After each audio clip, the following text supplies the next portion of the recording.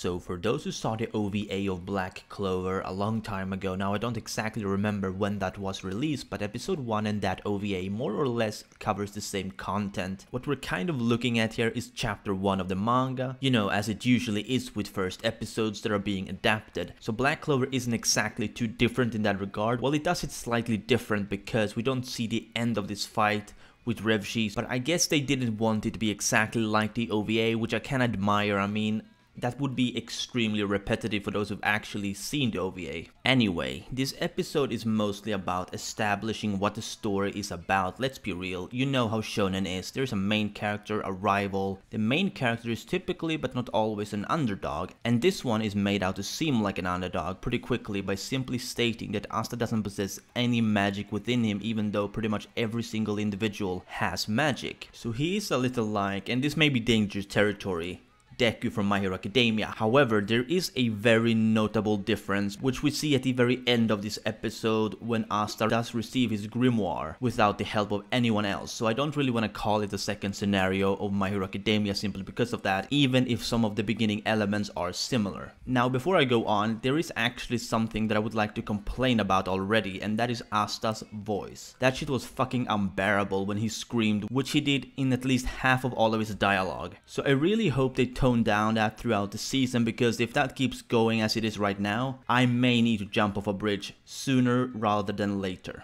Okay, with that short complaint out of the picture, let's talk about the world of Black Clover. From what we've learned in this episode, Yuno and Asta are both basically the worst of the worst in other people's eyes, simply because they're orphans living in a beat-up church. There are basically 3 big domains to consider. Asta and Yuno's type, let's call them the slum. And then there's common people, and then there's royalty. Obviously, all of these 3 have many levels of them as well, but I can't really go too in-depth about that at this time, so in another sense, they're underdogs. Asta is an underdog on a physical level, but both of them are technically underdogs on a more mental level. Everyone will look at them and see a couple of slum dogs regardless of what level of magic they're at. Speaking of that, Yuno and Asta are 2 very interesting rivals, because Asta, as I've now said a couple of times, has no magic power whatsoever and is by that nature considered a reject pretty much. Yuno, on the other hand, why they are both basically nothing but the lowest of the lowest, he possesses an incredible source of magic within him, which results in him getting this really crazy grimoire with 4 clovers on it at the ceremony, and everyone's like, holy shit, how did he do that, you know? Had it been a royal, they'd probably not be as shocked as if it was Yuno, and even though he has this massive reserve of magic and Asta has absolutely no magic within him, they still consider each other, at the end of the day, rivals. Even Yuno tells this Revshi guy at the end, you know, Asta is not useless